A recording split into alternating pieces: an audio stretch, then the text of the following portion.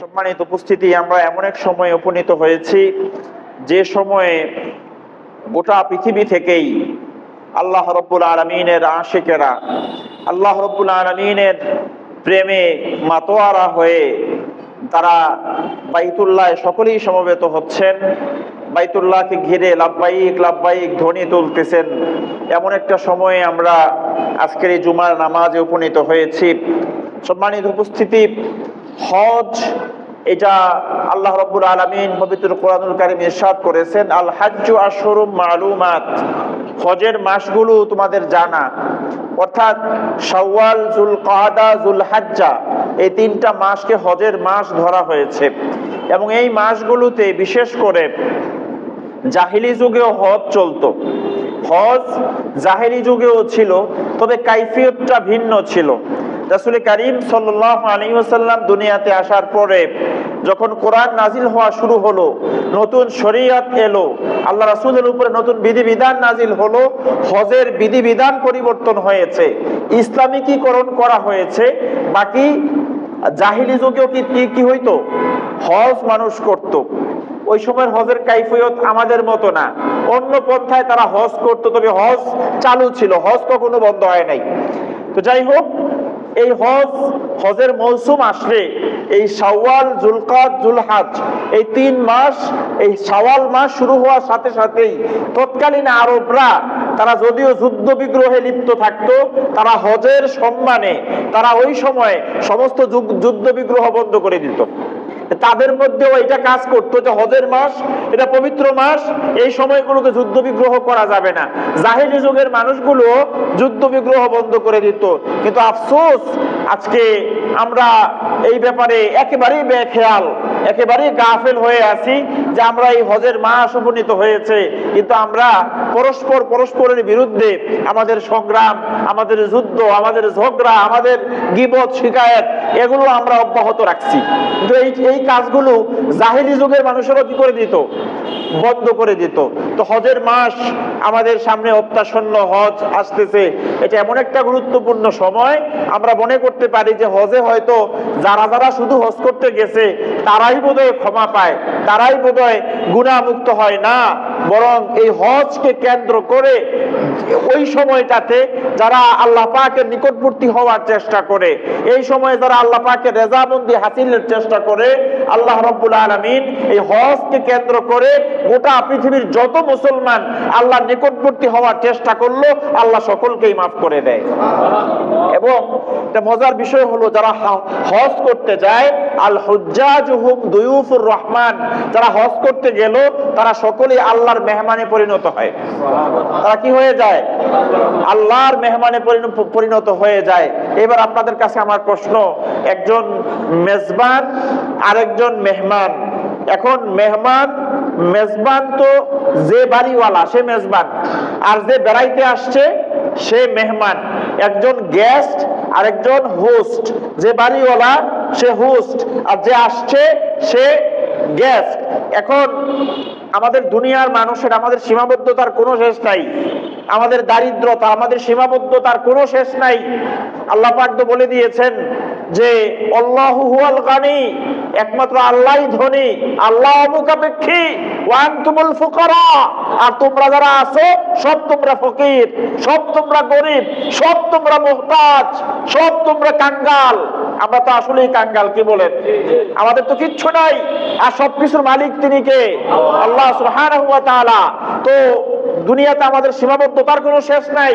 তারপরেও একজন সাধারণ মানুষ তার বাড়িতে মেহমান আসলে সে তার সর্বোচ্চ চেষ্টা করে মেহমানকে কদর করার, মেহমানকে সম্মান করার, মেহমানকে তার ভরপুর আপ্যায়নের, মেহমানের যেন কোনো কষ্ট না হয়, মেহমানকে ইজ্জত করার সর্বোচ্চ সম্মানটুকু একজন মেজবান হিসাবে তার যত সীমাবদ্ধতা থাকুক না কেন তার অবস্থান থেকে সে করে, ঠিক না? সেইটা করে। এবার আপনাদের কাছে আমার প্রশ্ন, যারা হজ করতে গেল তারা হলো মেহমান, আর গেছে কার বাড়িতে? কার বাড়িতে গেছে? আল্লাহর বাড়িতে গেছে। তাইলে ওখানে মেজবানকে আল্লাহ। এবার চিন্তা করেন তো ওনার মেজবানিটা কেমন হবে। সুবহানাল্লাহ, সুবহানাল্লাহ। রাসূল কারীম সাল্লাল্লাহু আলাইহি ওয়াসাল্লাম ইরশাদ করেছেন, ওয়া আন আবি হুরায়রা রাদিয়াল্লাহু আনহু قال قال رسول الله صلى الله عليه وسلم العمرة بين العمرة كفارة لما بينهن। এক উমরা থেকে আরেক উমরা পর্যন্ত বান্দার যত গুনাহ সব আল্লাহ তো মাফ করে দেন। এইবার এই কথা বলেই রাসূল কারীম সাল্লাল্লাহু আলাইহি ওয়াসাল্লাম বলছেন, আল হাজ্জুম মাবরুর লাইসা লাহুল জাযা ইল্লাল জান্নাহ। আর যে ব্যক্তি হজ করতে গেল, হজ্জে মাবরুর যার হয়ে গেল, আল্লাহ রাসূল বলছেন মেজবানিটা তো এমন হবে যে আল্লাহর পক্ষ থেকে ঘোষণা, তার পুরস্কার আল্লাহর জান্নাত ছাড়া আর কিছু হতেই পারে না। আল্লাহ পাকের জান্নাতে সে সরাসরি প্রবেশ করবে একজন হাজী, যদি ওই হাজী তার হজটা আল্লাহর দরবারে কি হয়ে যায়। এখানে কিছু কন্ডিশন আছে, আমি আলোচনা করব ইনশাআল্লাহ। হজটা কবুল হওয়ার কি কি কন্ডিশন লাগে এইটাও ইনশাআল্লাহ আলোচনায় আসবে। সবচেয়ে মজার বিষয় হলো আমাদের ইসলামের, আমরা তো এরকম ভাবে বলি যে ইসলামের মূল ভিত্তি পাঁচটা, আমরা বলি না বেনা পাঁচটা, বুনিয়াদ পাঁচটা, আমরা বলি ইসলামের পিলার পাঁচটা, খুঁটি পাঁচটা, আমরা এইভাবে বলি কালেমা, নামাজ, রোজা, হজ, যাকাত, আমরা এইভাবে বলি। কালিমা মূলত বলতে হবে এভাবে, কালিমা, নামাজ, যাকাত, রোজা, হজ, এইভাবে বলাটাই উত্তম, এইভাবেই বলতে হবে। তো আমরা হয়তো এইভাবে শিখছি, বাংলা এইভাবে বলে ফেলি। এই পাঁচটা বুনিয়াদ, এই পাঁচটা বুনিয়াদের পাঁচটা মৌলিক কাজ আছে। এক, কালিমা লা ইলাহা ইল্লাল্লাহ, এইটা হচ্ছে একটা এনরোলমেন্ট, এটা হচ্ছে আপনার একটা ভর্তি। আপনি তালিকাবদ্ধ হলেন কোথায়? আল্লাহ পাকের ঈমানদারদের কাতারে। যখনই বান্দা কালিমা লা ইলাহা ইল্লাল্লাহ মুহাম্মাদুর রাসূলুল্লাহ এই কালিমা যখনই বান্দা পড়েছে, পড়ার সাথে সাথে আল্লাহর সাথে বান্দার পরিচয় হয়ে যায়। একদিন পর্যন্ত ছিল সে কাফের, একদিন পর্যন্ত ছিল তার পরিচয় মুশরিক, একদিন পর্যন্ত তার পরিচয় ছিল আপনার ইহুদি, নাসারা, বিভিন্ন পরিচয় হতে পারে। আর যেই বান্দা তার দিল থেকে পড়েছে লা ইলাহা ইল্লাল্লাহ মুহাম্মাদুর রাসূলুল্লাহ, এটা পড়ার সাথে সাথে তার অন্য আর কোনো পরিচয় নাই, সে এখন আল্লাহর সরাসরি বান্দা, আল্লাহর গোলামে পরিণত হয়। কালিমা লা ইলাহা ইল্লাল্লাহ মুহাম্মাদুর রাসূলুল্লাহ, এই কালেমা, এইটা যেমন একটা বেনা, একটা খুঁটি, এইটার মাধ্যমে বান্দার সাথে আল্লাহর কি হয়? পরিচয় হয়, বান্দার সাথে আল্লাহর পরিচয় হয়। আর দ্বিতীয় নম্বরে আসে নামাজ। সালাতের মাধ্যমে বান্দার সাথে আল্লাহর সম্পর্ক স্থাপন হয়, একটা সুমধুর সম্পর্ক স্থাপন হয়। কিসের মাধ্যমে? বান্দা নামাজ থেকে যত দূরে, বান্দা আল্লাহ থেকেও তত দূরে। বান্দা যত নামাজে আসবে, বান্দা তত আল্লাহর নৈকট্য হাসিল করবে। আল্লাহর নৈকট্য হাসিল হয় নামাজের মাধ্যমে। এই জন্য আল্লাহ রাসূল বলছে, আল্লাহ পাক বলছে কোরআনে, ওয়াসজুদ ওয়াক্তারিব, বান্দা তুমি আল্লাহরে সিজদা দাও আর আল্লাহর কি হয়ে যাও? নিকটবর্তী হয়ে যাও, আল্লাহ সবচেয়ে কাছে চলে যাও। কিসের মাধ্যমে? সিজদা। তো সিজদা কিসে? রোজায় না নামাজে? সিজদা নামাজে। তো নামাজের মাধ্যমে বান্দা আল্লাহর নিকটবর্তী হয়ে যায়, আল্লাহর নৈকট্য হাসিল করে। এইবার আসেন, 2 নাম্বারটা গেল, এবার 3 নাম্বার যাকাত। যাকাতের মাধ্যমে বান্দার সাথে আল্লাহর বন্ধুত্ব স্থাপন হয়। বান্দার সাথে আল্লাহর কি স্থাপন হয়? যারা যাকাত দিবে, দান করবে, সদাকা করবে, তাদের সাথে আল্লাহর বন্ধুত্ব কখনোই ছোটে না। আর যারা কৃপণ, বখিল প্রকৃতির হবে, তাদের সাথে আল্লাহর বন্ধুত্ব কখনোই হবে না। বলেন কথা কয়টা বলছি? যারা যাকাত দিবে, দান সদাকা করবে, তাদের সাথে আল্লাহর বন্ধুত্ব কখনোই ছুটবে না। আর যারা বখিল, কৃপণ, ওমাইয়ুকা শুহা নাফসি, আল্লাহ বলছেন ওমাইয়ুকা শুহা নাফসিহি ফাউলাইকা হুমুল মুফলিহুন, যে ব্যক্তি তার হৃদয়কে বখিলতা, কৃপণতা থেকে রক্ষা করলো, কৃপণ হওয়া থেকে নিজেকে বাঁচালো, ওই ব্যক্তি সফল। আল্লাহ বলছে কোরআনে, সে সফল কাম। তাহলে বখিলের সাথে, কৃপণের সাথে আল্লাহর কখনোই সম্পর্ক হয় না। আর দানশীল, সদাকাকারী, যাকাত দানকারীর সাথে আল্লাহর বন্ধুত্ব কখনোই ছুটবে না। তাহলে যাকাতের মাধ্যমে বান্দার কি হলো? আল্লাহর সাথে কি হয়? বন্ধুত্ব স্থাপন হয়। এইবার আসেন রোজা। রোজা, সাওমের মাধ্যমে বান্দার সাথে আল্লাহর প্রেম হয়ে যায়। নাইলে প্রেম না হইলে ভালোবাসা এরকম গভীর না হইলে একজন মানুষ কিচ্ছু খায় না, কিচ্ছু খায় না। সেই সুবহে সাদিক থেকে শুরু করে আবার আপনার সূর্য অস্ত পর্যন্ত এই সময়টুকু না পানীয়, না খাদ্য, পিপাসা, তৃষ্ণা, কষ্ট সব ভোগ করতেছে। কার ভালোবাসায়? আল্লাহর ভালোবাসায়। কোন পুলিশ তারে ধরে রাখে নাই, কেউ তার উপরে আইন জারি করে নাই, কেউ তারে বন্দিও করে নাই, কিচ্ছু না। একমাত্র আল্লাহ রব্বুল আলামিনের ভালোবাসায় বান্দা নিজেকে আপনার ক্ষুধা এবং তৃষ্ণায় কষ্ট দিচ্ছে, একমাত্র আল্লাহর ভালোবাসায়। এই রোজার মাধ্যমে আল্লাহর সাথে বান্দার প্রেম সূচিত হয়, আল্লাহর সাথে বান্দার গভীর ভালোবাসার সম্পর্কে আবদ্ধ হয়। এই চারটা যাওয়ার পরে এইবার আসেন 5 নাম্বার, হজ। জীবনে একবার ফরজ, হজ জীবনে একবার ফরজ। আর এই হজের মাধ্যমে বান্দা এটাই প্রমাণ করে, আল্লাহ আমরা শুধুই আপনারে ভালোবাসি না, আপনার প্রেমে, আপনার ভালোবাসায়, আপনার ইশকে আমরা দেওয়ানা হয়ে গেছি। বংশের পরিচয় নাই, নিজের কোনো আপনার প্রভাব প্রতিপত্তির পরিচয় নাই, কে কোন দেশ থেকে আসছে, কে কালো, কে সাদা, কার চামড়া কিরকম, কার উচ্চতা কিরকম, কার বংশ পরিচয় কি, সব পরিচয় ভুলে গিয়া মাথায় কোনো টুপি নাই, কোনো তাজ নাই, কোনো কিচ্ছু নাই, খালি মাথায় সমস্ত পোশাক, রং বেরঙের পোশাক খুলে এক টুকরো সাদা কাপড়, কাফনের কাপড়ের মতো গায়ে জড়াইয়া আরেকটা সাদা কাফনের কাপড়ের মতো পরনে পিরহান পরে, আর এক খোলা আসমানের নিচে পৃথিবীর সমস্ত এই হাজিরা একটা ধ্বনি দিতে থাকে, লাব্বাইক আল্লাহুম্মা লাব্বাইক, আল্লাহ আপনার দরবারে হাজির হয়ে গেছি। আর কোনো পরিচয় নাই, আপনার প্রেমে বাড়িঘর ছেড়ে, আত্মীয় স্বজন ছেড়ে, কাফনের কাপড় পরে আল্লাহ আপনার দরবারে চলে এসেছি। তাহলে হজ হচ্ছে দিওয়ানা। আল্লাহর জন্য কি হয়ে যায় বান্দা? আল্লাহর জন্য পাগল হয়ে যায়। এবার দেখেন কি মজার ব্যাপার, আল্লাহু আকবার। আল্লাহর কোরআন কি সুন্দর। আপনি দেখেন যতগুলো বিধান ফরজ হয়েছে, সব বিধানের ভিতরে ডিরেক্টলি আল্লাহ তাআলা হুকুম করছে। যেমন ইয়া আইয়ুহাল্লাযীনা আমানু কুতিবা আলাইকুমুস সিয়াম কামা কুতিবা আলাল্লাযীনা মিন ক্বাবলিকুম লাআল্লাকুম তাত্তাকুন। হে ঈমানদারগণ, তোমাদের উপরে রোজাকে ফরজ করা হয়েছে যেমনি ফরজ করা হয়েছিল তোমাদের পূর্ববর্তী জাতির উপরে। আচ্ছা বলেন তো, গোটা সেন্টেন্সের মধ্যে আল্লাহ শব্দটা আসেনি? নাই। দেখেন ইয়া আইয়ুহাল্লাযীনা আমানু আল্লাহ শব্দ আসছে, কুতিবা আলাইকুমুস সিয়াম আল্লাহ শব্দ আসছে, কামা কুতিবা আলাল্লাযীনা মিন ক্বাবলিকুম আল্লাহ শব্দ আসছে, লাআল্লাকুম তাকিলুন। এই লা আল্লাহ আবার আল্লাহ বুঝছেন না, আল্লাহ একটা শব্দ, লা আল্লাহ অন্য একটা শব্দ, দুইটা আল্লাহ না। তাহলে এই গোটা শব্দের ভিতরে কোথাও কি নাই? আল্লাহ শব্দটা নাই। রোজা ফরজ করছে আল্লাহই করছে, কিন্তু এইটার ভিতরে আল্লাহ তার নিজের নামকে ব্যবহার করেন নাই। নামাজ ফরজ হয়েছে, আমরা বলতে পারি যে ইন্নাস সালাতা কানাত আলাল মুমিনিনা কিতাবাম মাওকুতা, নিশ্চয়ই আল্লাহ তাআলা অর্থ সহকারে তোমাদের উপরে নামাজকে আবশ্যক করে দিয়েছেন।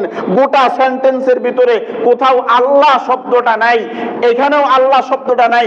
যাকাতের ক্ষেত্রে যদি আপনি এটাও ধরেন, ইন্নামাস সাদাকাতু লিল ফুকারা, এই আয়াত দিয়া বলেন, অথবা আকিমুস সালাহ ওয়া আতুজ যাকাত, ওই আয়াত দিয়া বলেন, কোথাও আল্লাহ শব্দটা ব্যবহার করা হয় নাই। কিন্তু হজের ক্ষেত্রে আল্লাহ রাব্বুল আলামিন হজ বান্দার উপরে ফরজ করেছেন। ফরজ করতে গিয়া সর্বপ্রথম আল্লাহ ব্যবহার করতেছেন, প্রথম আল্লাহ বলতেছেন ওয়ালিল্লাহি আলান নাসি হিজ্জুল বাইতি মান ইসতাতা ইলাইহি সাবিলা। শব্দটা পরেও নেন নাই, মাঝেও নেন নাই। হজ ফরজ করতেছেন আল্লাহ, ফরজ করার আগেই শব্দটা শুরুই করতেছেন ওয়ালিল্লাহ, আল্লাহর জন্য। বলি সুবহানাল্লাহ।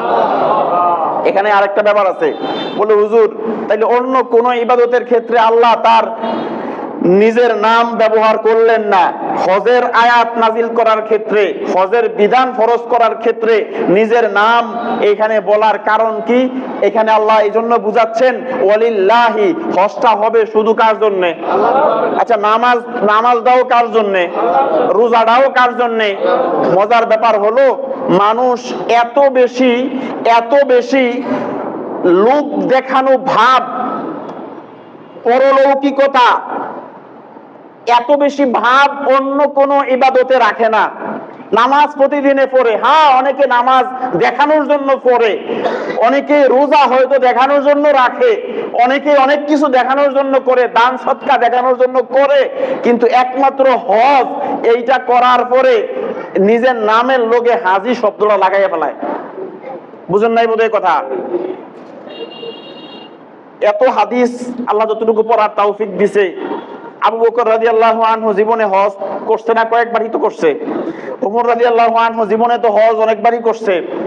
আলী, উসমান, সাহাবায়ে কেরাম রিদওয়ানুল্লাহি তাআলা আলাইহিম আজমাইন, তারা তো বহুবার হজ করছে, এবং তারার হজ আর আমরার হজ একরকম না। কি বলেন? তারারটা ছিল সহজ, আমরারটা এখন কঠিন। কি মনে হয়?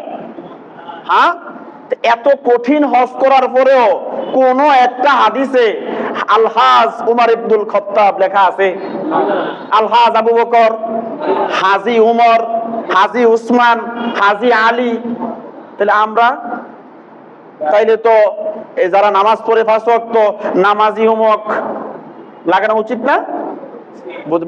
বুঝেন নাই বোধ? আরে হজ তো জীবনে একবার ফরজ, তো একবার কইরা আপনি হাজি লাগাই ফেললেন, নামার আগে দিয়া বুঝাইতে হবে আপনি হজ করতে গেছেন, দেখাইতে হবে আপনি হাজি। তাইলে নামাজ তো যারা 5 বার ডেলি পড়ে, তাইলে কি পরিমাণ নামাজি লাগার দরকার নামের সামনে?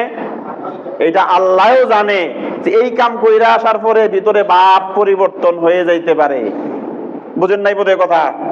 হজ করে আসার পরে ভিতরে একটু ভাব জন্মায়, আল্লাহর পাক জায়গা পারাই আসছে। এবারে আল্লাহর পাক জায়গা কি করে আসছে? পারাই আসছে। একটু হাজি হাজি ভাব, একটু নিজের লোক দেখানো ভাব, একটা দম্ভ অহংকার আসতে পারে। এই জন্য আল্লাহ রাব্বুল আলামিন আয়াতের শুরুতেই আল্লাহ তাআলা ইন্ডিকেট করতেছেন, ওয়ালিল্লাহি, বান্দা ভুলে গেলে চলবে না, হজটা মানুষকে দেখানোর জন্য না, হাজি নাম টাইটেল দেওয়ার জন্য না, হাজি নাম প্রচার করার জন্য না, বরং তোমার হজটা হবে ওয়ালিল্লাহি ওয়ালিল্লাহি ওয়ালিল্লাহি, শুধুমাত্র আমার রবের সন্তুষ্টির জন্য। ঠিক কিনা বলেন? আর কারো সন্তুষ্টির জন্য না, নাম লাগানোর জন্য না, আলহাজ না লাগাইলে মেজাজ খারাপ করার জন্য না। এই টাইটেল টুটেল বন্ধ করেন। ইবাদত কবুলের অন্যতম শর্ত, প্রধান দুইটা শর্ত। এক, জীবিকা হালাল। 2, ইখলাস। হবে কার জন্য? এই দুইটা যদি ফিল আপ না হয়, 5 কোটি বার হজ করলেও কিচ্ছু লাভ হবে না। কথা কি বুঝতে পারছেন? এরকম ফাঁক জায়গায় আবু জাহেলরা বসবাস করত। আবু লাহাবরা বাড়িয়েছিল এখানে। কামিয়াব আব্দুল্লাহ ইবনে উবাই বিন সালুল, মুনাফিক সর্দার। আপনারা তো মহারম সাবরি দৃষ্টি মসজিদে জুমার নামাজ পড়তে আসছেন। আব্দুল্লাহ ইবনে উবাই বিন সালুল সে মসজিদে নববীতে নামাজ পড়তো। আপনারা তো আমার মতো একজন গুনাহগারের পেছনে নামাজ পড়তে আসছেন, আমার মতো গুনাহগারের পেছনে নামাজ পড়তে আসছেন। আর আব্দুল্লাহ ইবনে উবাই বিন সালুল নামাজ পড়তো বিশ্ব নবী মুহাম্মদুর রাসূলুল্লাহর পিছনে। লাভ হইছে কোন? সে মুনাফিক সর্দার। ওখানে গেলেই সফলতা বিষয়টা এমন না, ওখানে যাওয়ার আগে কন্ডিশন ফিল আপ করে যান। তারা আবার কন্ডিশন একটু নিজেরা বানাইছে, নিজেরা শরীয়ত বানায়। তো আমরা কন্ডিশন দিছে যে মাইয়া বিয়া দিতে হইব, ফসকাররা কি করতে হইব, মেয়ে বিয়ে দিতে হবে, ছেলে বিয়ে দিতে হবে, চাকরি থেকে রিটায়ার করতে হবে, আরো কত কত কত কত এটি নিজেরা বানানো শরীয়ত। এগুলার পরে বুড়া হইলে এইবার হজ কি হয়, যে সময় এটার কোনো কামও লাগে না, যাইয়া হুইল চেয়ার দিয়ে ঘুরানো লাগে, এটা ওই পেশাব করতে গেলে পায়খানা করে দেয়। এই বয়সে পদ্মে হজ করতে যাইতে। হজের ক্ষেত্রে একটা গুরুত্বপূর্ণ শর্ত হলো আপনি হজ করতে যাবেন সুস্থ এবং সবল অবস্থায়। কারণ সবটা কাজ এখন যে এত আধুনিক সিস্টেম, এত যে আধুনিকতা, এত ব্যবস্থাপনা, এসি, এটা সেটা গাড়ি, তারপরেও যারা হজ করে আসে জিজ্ঞেস করেন কেমন ছিলেন, কি পরিমাণ হাঁটছে, কি পরিমাণ তৃষ্ণায় কষ্ট পাইছে। বিশেষ করে আরাফা, মুজদালিফা, মিনা, আরাফা, মুজদালিফা, মিনা, এই কাজগুলা করতে কি পরিমাণ কষ্ট হয় এত আধুনিক ব্যবস্থার পরেও। আর এই কাজগুলা করতে শরীরে শক্তির দরকার আছে না নাই? ওই বুড়া কালে ভোট দেয়, সোহে দেয় না, লাড়ি ভোট দেয়, 3 জনের কান দৌড়ে এইবার পথ দেয়। তার কোনো, আমরা দেশে আগে এরকম করতে আমি শুনছি, যেই গরুটা মনে করেন যে হাল চাষ করতে করতে করতে করতে করতে করতে এটার কাম শেষ, আর কোনো কামও লাগে না, এটার এবার আল্লাহর নামে কুরবানির নিয়ত করে, হ্যাঁ এইবার আল্লাহর নামে কুরবানি দেয়। তো এটা যখন কুড়াল দিয়ে কোপ দেয় তো এটা আর কাড়ে না, উল্টা আগুন জ্বলে। বুঝেন নাই বুঝে কথা? এটা কি জ্বলে? তখন হাড্ডি তো কোপ দেয়, এমন ফাঁকা ফাঁকছে এটা আগুন জ্বলে পাথর হয়ে গেছে এটা। তো আমরা দেশে তারা হজে ফদ দেয় যখন হাড্ডি আগুন জ্বলার টাইম হয়, বুঝছেন? এইরকম না, একটু আগে থেকে কি নেওয়া দরকার, প্রস্তুতি নেওয়া দরকার। আল্লাহ পাক যাদেরকে মাল দিয়েছেন, আল্লাহ পাক যাদেরকে সম্পদ দিয়েছেন, আল্লাহ পাক যাদেরকে ওয়াসাআত দিয়েছেন, তৌফিক দিয়েছেন, ওই অবস্থায় হজের নিয়ত করেন, হজ করতে চলে যান। আল্লাহ পাক তৌফিক দিল, তারপরও হজ করতে গেলেন না। আল্লাহ পাক তৌফিক দিল, তারপরও হজ করতে গেলেন না। কি ধমকটা আল্লাহ রাসূল দিছে একটু আপনাদেরকে শোনাই। তৌফিক হয়েছে, হজ করে নাই, কি ধমকটা আল্লাহ রাসূল দিছে একটু শোনাই। রাসূল কারীম সাল্লাল্লাহু আলাইহি সাল্লাম বলছেন, আল্লাহ রাসূল বলেছেন যে মান লাম তাহবিসুহু হাজাতান যাহিরাতান, কারো এমন কোন বিপদ আপদ, এমন কোন জরুরত সামনে আসে নাই যেই জরুরতের কারণে হজ করা যায় না। 1 নাম্বার, ব্যক্তি এমন অসুস্থ হজ করতে পারতেছে না, ব্যক্তির টাকা পয়সা নাই হজ করতে পারতেছে না, অথবা আল্লাহ রাসূল বলেন আও মারাদিন হাবিসিন, অথবা তার রোগ তার সামনে প্রতিবন্ধক হয়ে দাঁড়াইছে, এমন রোগী তার পক্ষে যাওয়া সম্ভব না। আও সুলতানিন জাইরিন, অথবা কোন জালেম বাদশার আন্ডারে আছে। এক কথায় বললে যেমন উইগুরের মুসলমানেরা, কারা? চীনের উইগুরের মুসলমানেরা, তারা ইচ্ছা করলেই তো হজ করতে যাইতে পারবে না, কারণ এরা চরম নির্যাতনের মধ্যে এরা দিনাতিপাত করে। এরা কি পরিমাণ নির্যাতনের মধ্যে আছে আমার ওই মুসলমান ভাই বোনেরা। এরকম পৃথিবীতে বহু মুসলিম জনগোষ্ঠী আছে যারা পরাধীন, ইচ্ছা করলে দাড়ি রাখলেও কি করতে হয়, সরকার থেকে অনুমতি নিতে হয়। এইরকম কিছু জাতি পৃথিবীতে আছে, মুসলমান জাতি, যারা অনেক কষ্টের মধ্যে আছে। আল্লাহ রাসূল এই কথা বলছেন, আও সুলতানিন জাইরিন, কোন জালেম বাদশা এদেরকে প্রতিবন্ধক সৃষ্টি করছে, যাইতে পারতেছে না। এইবার আল্লাহ রাসূল বলেন এই ধরনের কোনো সমস্যা তার হয় নাই, তার মানে যাওয়ার জন্য সে উপযোগ্য। এইবার ওয়ালাম ইয়াহুজ্জা, অথচ সে হজটা করলো না, তার কোনো রোগও নাই, তার কোনো সমস্যাও নাই, সে স্বাধীন, কিন্তু হজের তৌফিক হলো, তারপরও হজ করতে গেল না। আল্লাহ রাসূল বলেন ফালিয়ামুত ইনশাআ ইয়াহুদিয়া ওয়া ইনশাআ নাসরানিয়া, এই ব্যক্তিটা ইহুদির মতো মরুক আর খ্রিস্টানের মতো মরুক, এতে আমি মুহাম্মদ সাল্লাল্লাহু আলাইহি ওয়াসাল্লামে কিচ্ছু যায় আসে না। বুঝছেন কথা? হজের তৌফিক হলো, হজ না করেই মারা গেল, হজ করলো না, সে গাফলতি করলো। আল্লাহ রাসূল বললেন এই ব্যক্তির মৃত্যুটা ইহুদির মতো হোক অথবা খ্রিস্টানের মতো হোক, তাদের মতো হোক, এতে আমি মুহাম্মদ সাল্লাল্লাহু আলাইহি ওয়াসাল্লামের কিচ্ছু যায় আসে না। আলহামদুলিল্লাহ, আল্লাহ রাব্বুল আলামিন এমন একটা সময় আমাদেরকে পৃথিবীতে পাঠাইছে, যেই সময়টাতে খাদ্যে স্বয়ংসম্পূর্ণ, যেই সময় আমরা বিলাসবহুল জীবন যাপন করি। দুনিয়ার বৈশ্বিক চিন্তা করতে গিয়া আমরা লক্ষ লক্ষ টাকার, কোটি টাকার প্রজেক্ট আমরা হাতে নেই, আমরা অনেক কিছু আজকে করতেছি, কিন্তু আল্লাহর দ্বীনের কাজগুলো সামনে আসলেই আমরা কৃপণ হয়ে যাই। আমরা আজকে শুরুতেই বলছিলাম শুধু মানুষকে দিবেন, দান সদকা করবেন, এটাই শুধু না, আল্লাহর রাস্তায় আপনার ব্যক্তিগত কাজেও আপনি খরচ করেন। হজ করতে যান, এখন কৃপণতা করে হায় হায় গেলে তো 5 লাখ নাই, 5 লাখ টাকা হিসাব করলো, সে একবারও হজের উজরতটা, হজের আজরটা, হজের যে মূল্যটা সেইটা হিসাব করলো না। যদি মালটা হালাল হয়, নিয়তটা খালেস হয়, মালটা হালাল হয়, নিয়তটা খালেস হয়, হজ ব্যক্তি করলো। আল্লাহ রাসূল সাল্লাল্লাহু আলাইহি ওয়াসাল্লাম বলছেন ওয়ান আবি হুরাইরাতা রাদিয়াল্লাহু আনহু قال قال رسول الله সাল্লাল্লাহু আলাইহি ওয়াসাল্লাম মান হাজ্জা লিল্লাহ, যে ব্যক্তি আল্লাহর জন্য হজ করে, হজটা কার জন্য? হাজি লেখার জন্য, আলহাজ লেখার জন্য, মানুষকে দেখানোর জন্য, কার জন্য? যে ব্যক্তি আল্লাহর জন্য হজ করে, মান হাজ্জা লিল্লাহ ফালাম ইয়ারফুস ওয়ালাম ইয়াফসুক, হজে যাওয়ার পরে 2টা কাজ করে নাই। একটা হচ্ছে ইয়ারফুস, রফাসা ইয়ারফুসু, অশ্লীল বাক্যালাপ করা। হজ করতে গিয়েও আরবের আবহাওয়া একটু গরম, একটু রৌদ্র, আর কোন কাজটা করলে আল্লাহ নারাজ হবে, শয়তান খুশি হবে, শয়তান এটা জানে না। যেই কাজটা করলে হজটা ভাঙবো, হজটা কবুল হইতো না, শয়তান আপ্রাণ চেষ্টা করে মানুষকে দিয়া এই হজ অবস্থায় ওই কাজগুলা করাইতে চেষ্টা করে। অনেক সময় মুআল্লিমের লোকে লাগিয়া যায়, অনেক সময় সাথী ভাইদের লোকে লাগিয়া যায়, ঝগড়া বিবাদ গালাগালি। আবার বাংলাদেশে আমরা যারা আছি মাশাআল্লাহ, আমাদের তো আবার অভ্যাস খারাপ, কি আলেম কি গায়রে আলেম, দুইজন এক লগে হইলেই আমরা গীবত শুরু হয়। বুঝেন নাই? শুরু হয় কিনা গীবত? দুইজন এক লগে হইলেই কিন্তু আমরা শুরু করে ফেলে গীবত শেখায়াত।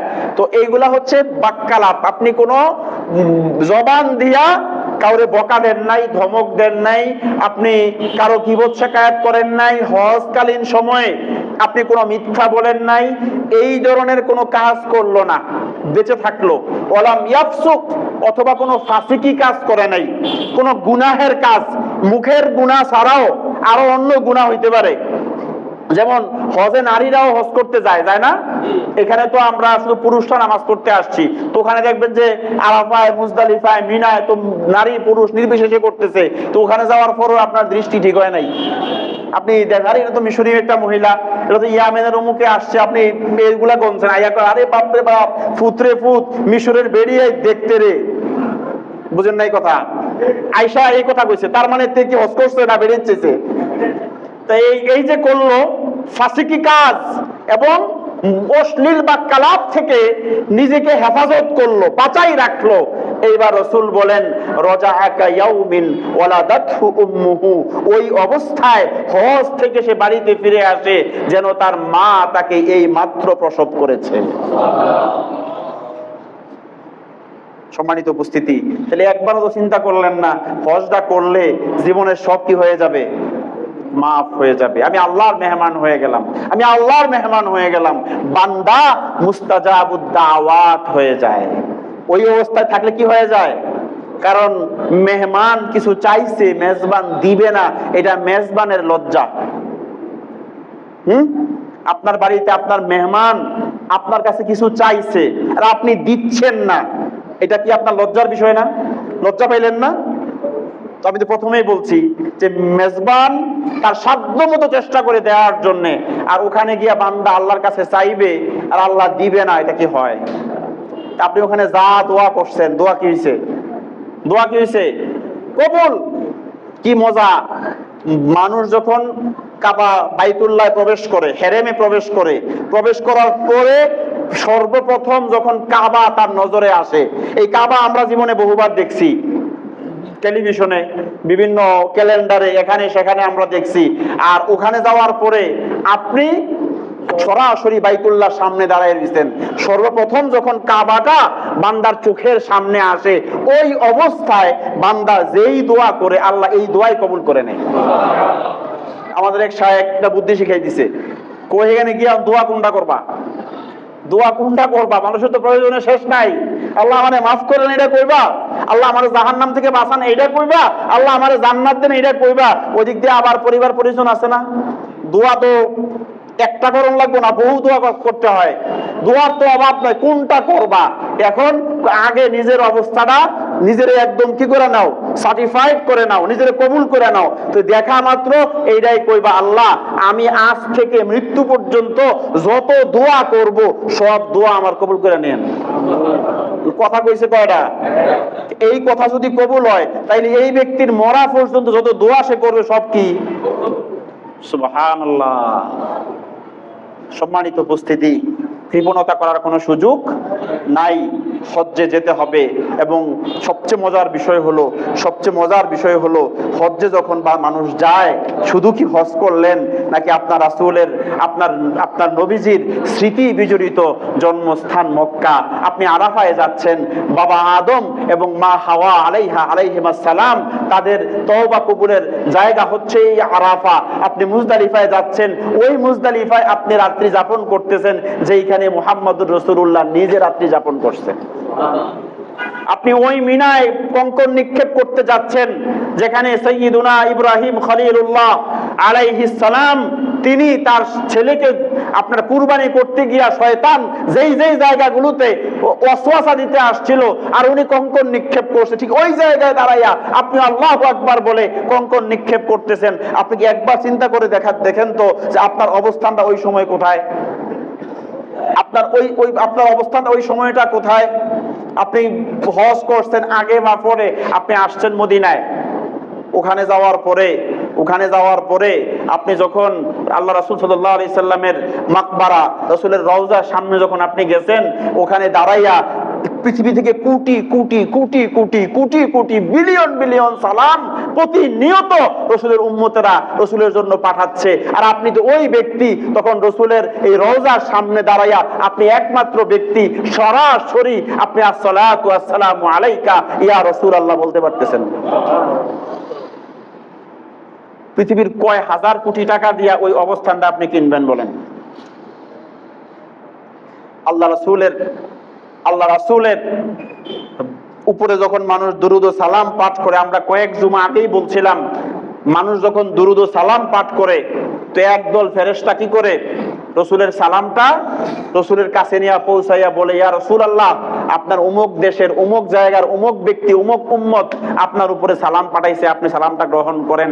আর রাসূলের রওজার সামনে দাঁড়ায় যখন বান্দা কোন উম্মত রাসূলকে সালাম দেয়, তো আল্লাহ রাসূল তো হায়াতুন নবী, সালামটা দিলে নবীজি নিজ কানে আপনার সালামটা শুনতে পায় আর সালামের সরাসরি জবাবটা দেয়। আপনি কইছেন আসসালাতু ওয়াসসালামু আলাইকা ইয়া রাসূলুল্লাহ, আপনি রাসূলকে দিবেন সালাম, তো সালাম দিবেন আপনি, সালাম দেওয়াটা ছিল আপনার জন্য নফল বা মুস্তাহাব বা সুন্নত, কিন্তু সালামের জবাব দেওয়া এখন দিছেন আপনি, আপনার পক্ষ থেকে সালাম, রাসূল তো অবশ্যই আপনার সালামের জবাব দিবে। এখন আপনার সালাম আমার এই নাফাক জবানের সালামটা কবুল যদি নাও হয়, রাসূল যে পাল্টা আমারে সালামটা দিল, ওই সালামটা কবুল হবে কি হবে না? এই জন্যই বলি, কত বড় লাভের কাজ হজ, কত বড় লাভের কাজ হজ, এটা মানুষকে বোঝানো যাবে না, এটা বুঝাইয়া শেষ করানো যাবে না। কত লাভের কাজ হজ। আমরা দুনিয়ার এই সম্পদগুলোকে আঁকড়ে না ধরি, এগুলো তো আল্লাহর দেওয়া সম্পদ। কার দেওয়া? সম্পদগুলো আল্লাহর দেওয়া। আল্লাহর দেওয়া সম্পদগুলোকে আল্লাহর রাস্তায় ব্যয় করা, আল্লাহর রাস্তায় ব্যয় করা। হজে যেতে হবে, যাদের উপরে হজ ফরজ, এটা ফরজ।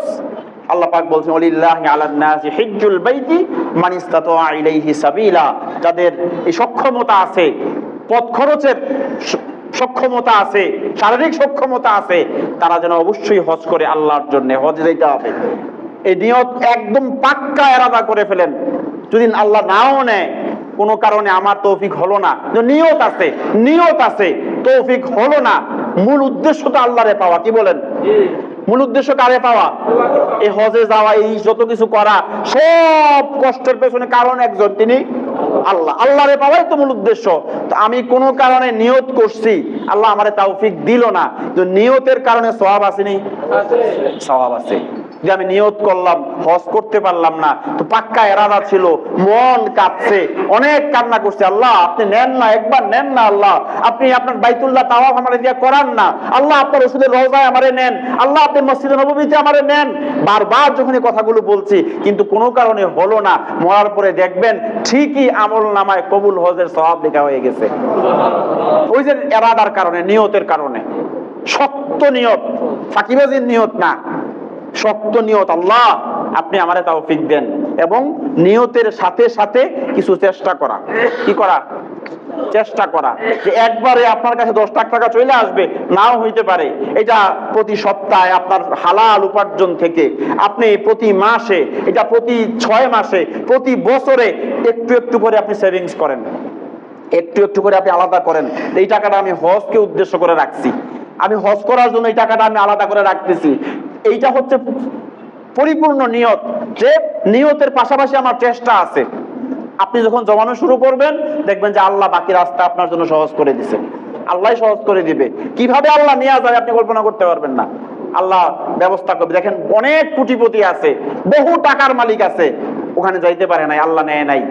আবার বহু মধ্যবিত্ত মানুষ অথবা নিম্ন মধ্যবিত্ত মানুষ চেষ্টা করছে, কোনো না কোনো ভাবে আল্লাহ অবশ্যই তারা নিয়ে গেছে। যাদের জমি জমা আছে অনেক বেশি, বা এরকম আছে, প্রয়োজনে জমি বিক্রি করেন, জমির একটা অংশ বিক্রি করে হলেও কোথায় যান? হজ করে আসেন। এটা স্থাবর অস্থাবর দুই সম্পত্তির উপরে কি কি ফরজ হয়? বলে হুজুর আমার জমি আছে, পকেটে ক্যাশ টাকা নাই। না, আপনার উপরে হজ ফরজ। জমি বিক্রি করে যান, যেতে হবে, আল্লাহ পাক ফরজ করেছেন।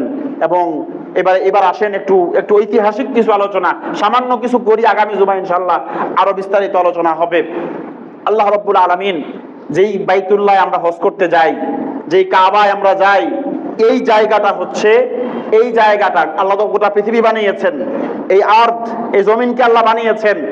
সর্বপ্রথম পৃথিবীর যেই জায়গাটা সৃষ্টির সূচনা হয়েছে, ওই জায়গাটা হচ্ছে কাবার নিচের এই ভূমি। এই পৃথিবীর সর্বপ্রথম কোন জায়গাটা আল্লাহ বানাইছে?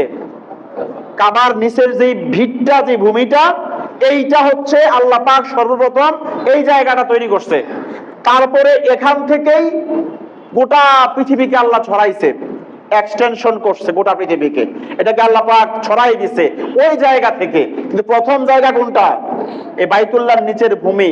এবং এই পৃথিবীর সর্বপ্রথম ঘর এইটাও বাইতুল্লাহ। এই বাইতুল্লাহর আগে, এই কাবার আগে কোন ঘর পৃথিবীতে আর নির্মাণ করা হয় নাই। এটা আমার কথা না, আল্লাহ রাব্বুল আলামিন এই কথাটা সূরা আলে ইমরানের মধ্যে আল্লাহ তাআলা ইরশাদ করছেন। আল্লাহ বলছেন, ইন্না আউওয়ালা বাইতি উযিআ লিন-নাস লাল্লাযী বিবাক্কাতা মুবারাকাও ওয়া হুদাল লিল আলামিন। নিশ্চয়ই এই পৃথিবীর প্রথম ঘর হচ্ছে অবস্থিত, ওইটা কোথায়? মক্কায়। কোথায় অবস্থিত? এটা বাইতুল্লাহ। এটা মানুষ পৃথিবীতে আসার আগেই ভূমি, মাটি তৈরি হয়ে গেছে, পৃথিবী তৈরি হয়ে গেছে। আল্লাহ প্রথম এইখানে ফেরেশতাদের মাধ্যমে এই বাইতুল্লাহ আল্লাহ পাক নির্মাণ করছে। অনেক সময়ের পরে এইখানে ফেরেশতারা তাওয়াফ করতো। কারা? এখানে ফেরেশতারা তাওয়াফ করতো। দেখেন, এক মুহূর্তের জন্য শুধু নামাজের ওয়াক্তগুলাতে তাওয়াফটা বন্ধ হয়, বাকি সর্বদা কি চলতে থাকে? তাওয়াফ চলতে থাকে। মানুষ করবে না, কোনো অসুবিধা নাই, ফেরেশতারা তাওয়াফ করতেছে, জিনেরা তাওয়াফ করতেছে। আমরা এই কোভিড-19 এর লকডাউনের সময় আমরা অনেকেই মিডিয়ার কল্যাণে আমরা দেখছি যে মানুষজন তাওয়াফ করে না, এক ঝাঁক পাখি তাওয়াফ করতেছে। আপনারা দেখেন নাই এই সিনারিও? একজাক পাখি তাওয়াফ করতেছে। মজার ব্যাপার হলো, ঠিক যেই জায়গায় বাইতুল্লাহ অবস্থিত, যেই জায়গায় কাবা অবস্থিত, ঠিক কাবার সরাসরি উপরে, 7 আসমান উপরেই বাইতুল মামুর অবস্থিত। কোথায়? ঠিক কাবার সরাসরি উপরে, 7 আসমানের উপরে বাইতুল মামুর অবস্থিত। আর বাইতুল মামুরের ঠিক সরাসরি উপরে আল্লাহ পাকের আরশ অবস্থিত। এইটাকে বানাইছে আল্লাহ পাক মানুষের জন্য তাওয়াফের জায়গা, বাইতুল মামুর। সেখানে তাওয়াফ করতেছে ফেরেশতারা। কারা? ফেরেশতারা।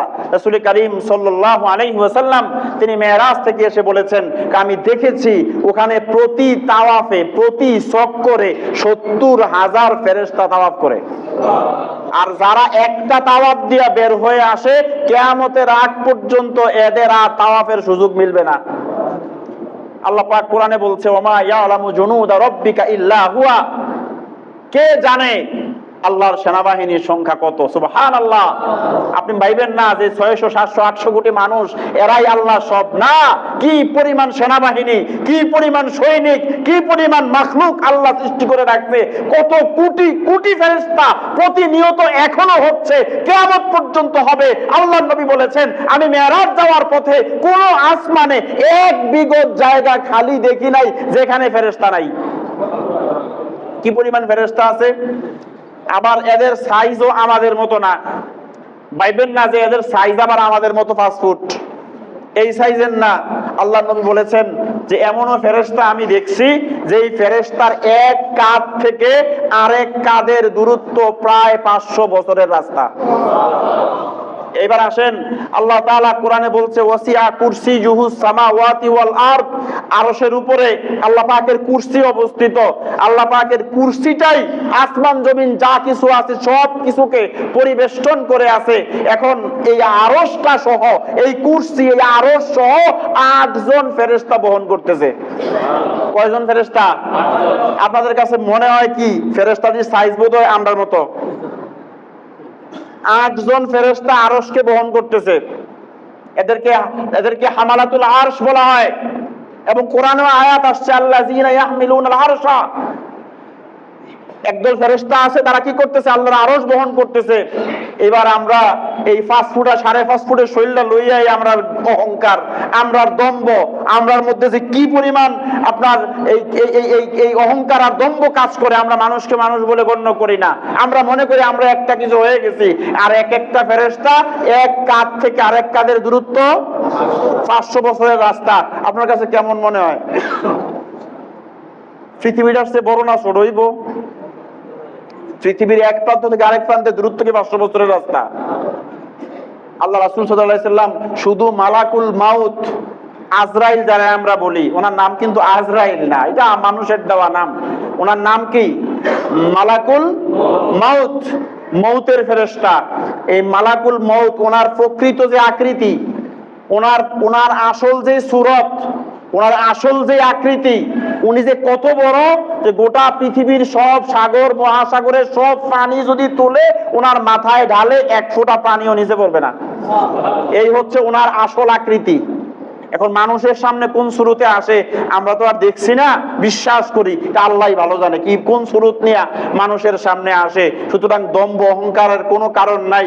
এর চেয়ে বড় বড় সৃষ্টিগুলাই ওই ইউসাব্বিহুনাহু ওয়া লাহু ইয়াসজুদুন, এই বড় বড় ফেরেশতাগুলো কেউ সিজদায়, কেউ রুকুতে, কেউ তাসবিতে, এই অবস্থায় আল্লাহ রাব্বুল আলামিনের প্রশংসা করতেছে। সম্মানিত উপস্থিতি, ইন্না আউওয়ালা বাইতি বুদিয়া লিন-নাস লাল্লাযী বিবাক্কাতা মুবারাকাও ওয়া হুদাল লিল আলামিন। আল্লাহ বলছেন নিশ্চয়ই এই পৃথিবীর প্রথম ঘর মক্কায় অবস্থিত, আর এই ঘরটাকে আল্লাহ রাব্বুল আলামিন বানিয়েছেন মুবারাকান, বরকতময়, ওয়া হুদাল লিল আলামিন, এবং গোটা জগৎবাসীর জন্য হেদায়েত। এই ঘরটা কি? এক নাম্বার বরকত, আরেক নাম্বার হেদায়েত। এই দুইটা বানাইছে এই ঘরকে আল্লাহ রাব্বুল আলামিনের।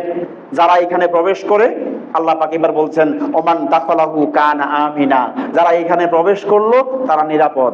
তারা কি? নিরাপদ। এবং এই হেরেমের ভিতরে আপনি একটা মশাও মারতে পারবেন না, হেরেমের ভিতরে আপনি কোনো শিকার করতে পারবেন না। এবং এইখানে কোনো মানুষ যদি গিয়ে আশ্রয় নেয়, সে যত বড় অপরাধী হোক, এই এরিয়ার ভিতরে আশ্রয় নিলে তাকে হত্যাও করতে পারবেন না। আল্লাহ পাক বলছে ওমান দাখালাহু কানা আমিনা, যে ঢুকবে সেই নিরাপদ। আপনি যখন বাইতুল্লাহতে প্রবেশ করলেন, আপনি হেরেমে প্রবেশ করলেন, আপনি এক আল্লাহ পাকের নিরাপত্তার বেষ্টনীতে আপনি অবস্থান করলেন। এবং আখিরুজ জামান, শেষ জামানায় যখন দাজ্জাল পৃথিবীতে আক্রমণ করবে, গোটা পৃথিবীতে 40 দিন সে অবস্থান করবে। পৃথিবীর মাশরিক থেকে মাগরিব, শিমাল থেকে জুনুব পর্যন্ত গোটা পৃথিবীকে সে তছনছ করে ফেলবে। কিন্তু এই মক্কা এবং মদিনায় দাজ্জাল পর্যন্ত প্রবেশ করতে পারবে না। সে যখনই প্রবেশ করার চেষ্টা করবে, ফেরেশতারা তারে ধাওয়া করবে, সে ঢুকতেই পারবে না। আল্লাহ পাক বলে দিয়েছেন ওমান দাখালাহু কানা আমিনা। আর আল্লাহ রাসূল সাল্লাল্লাহু আলাইহি সাল্লাম বিদায়, আপনি যখন মক্কা বিজয় করলেন, যেদিন মক্কা বিজয় হলো, এক তো আল্লাহ বলছেন ওমান দাখালাহু কানা আমিনা, আর রাসূল বলছেন যে আজ থেকে এই মক্কা শত্রু মুক্ত, আজ থেকে এই মক্কা শত্রু মুক্ত, আজ থেকে এই মক্কা শত্রু মুক্ত। যে ব্যক্তি এখানে প্রবেশ করবে সে নিরাপদ, সে নিরাপদ। সুতরাং ইচ্ছা হয়তো সেখানে যাওয়ার। আল্লাহু আকবার, কি প্রেম আল্লাহ ছড়াই রাখছেন। কত নবী রাসূল, কত নবী রাসূলকে দিয়া আল্লাহ পাক এই জায়গার খেদমত করিয়েছেন। প্রথম ফেরেশতারা এই ঘর বানালো, ফেরেশতাদের পরে আদম আলাইহিস সালাম পৃথিবীতে আসলেন। আদম আলাইহিস সালাম এসে তিনি এই ঘরের নির্মাণ কাজ করছেন।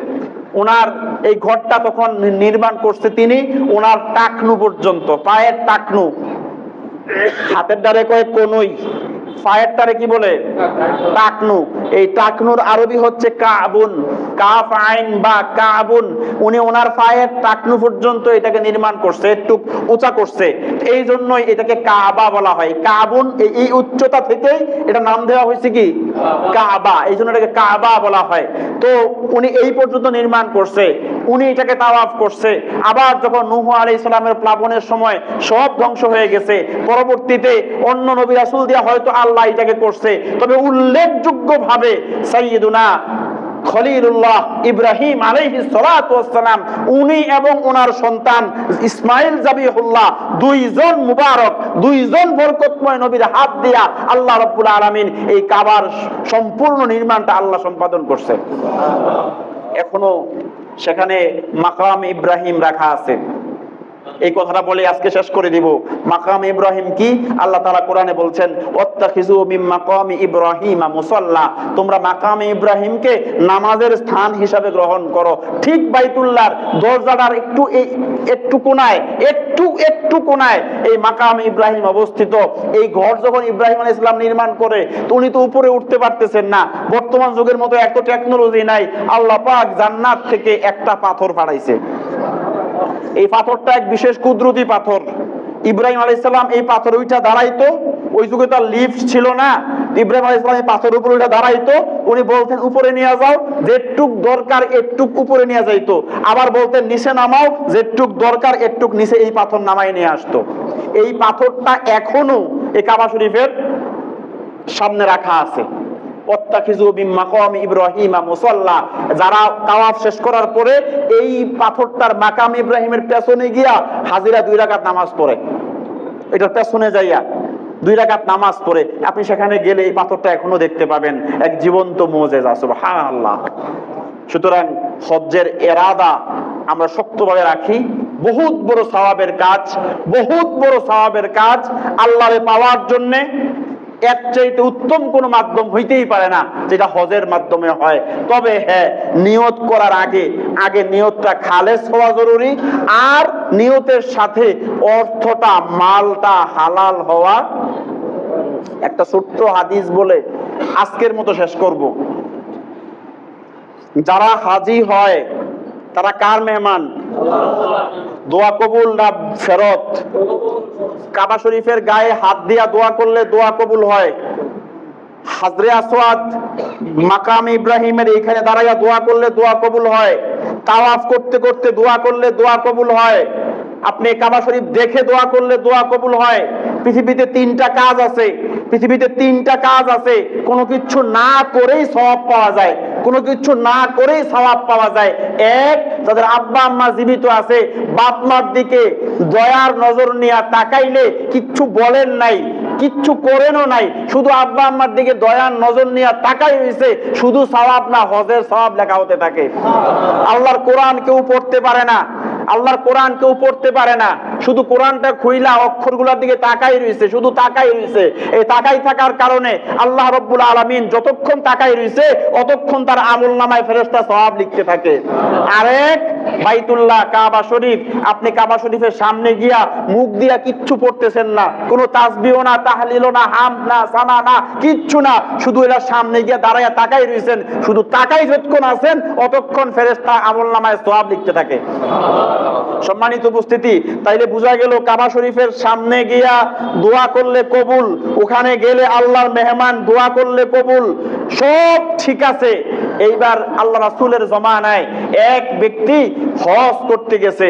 হজ করতে গিয়া এই কাবা শরীফের গায়ে, হাদিসে ভাষ্যটা এরকম, আশা আসা ওয়া আগবারা, এই ব্যক্তিকে উস্কো খুস্কো দেখা যায়। এক হাদিসে আসছে আল্লাহ রাসূলকে জিজ্ঞেস করছে, আইয়ুল হাজ্জি আফদল, হে আল্লাহ রাসূল সবচেয়ে উত্তম হজকারী কে, উত্তম হাজি কে? রাসূল বলছেন, যারে দেখতে, যার বেশভূষা একদম পাগলের মতো, সেই হাজি আল্লাহর কাছে উত্তম।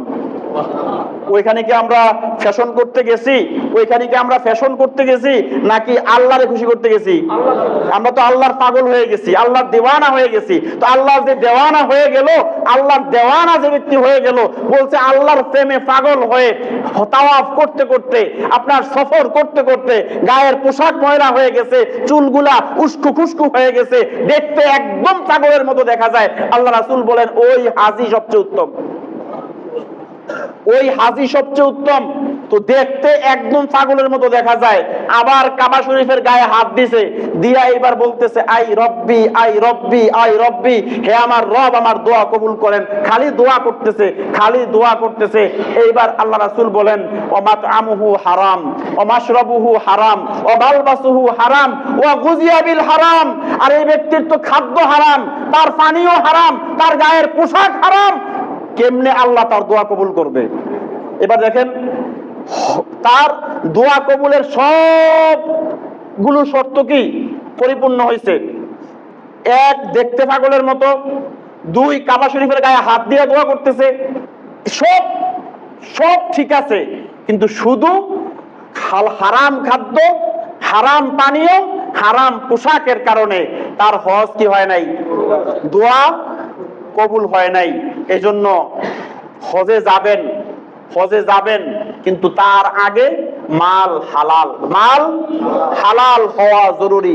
5 কোটি বার হজ করতে পারবেন, কোনো সমস্যা নাই, কিন্তু একটা হজের কানাকড়ি সওয়াবও আমলনামায় জুটবে না যদি হারাম খাইয়া হজ করতে যায়।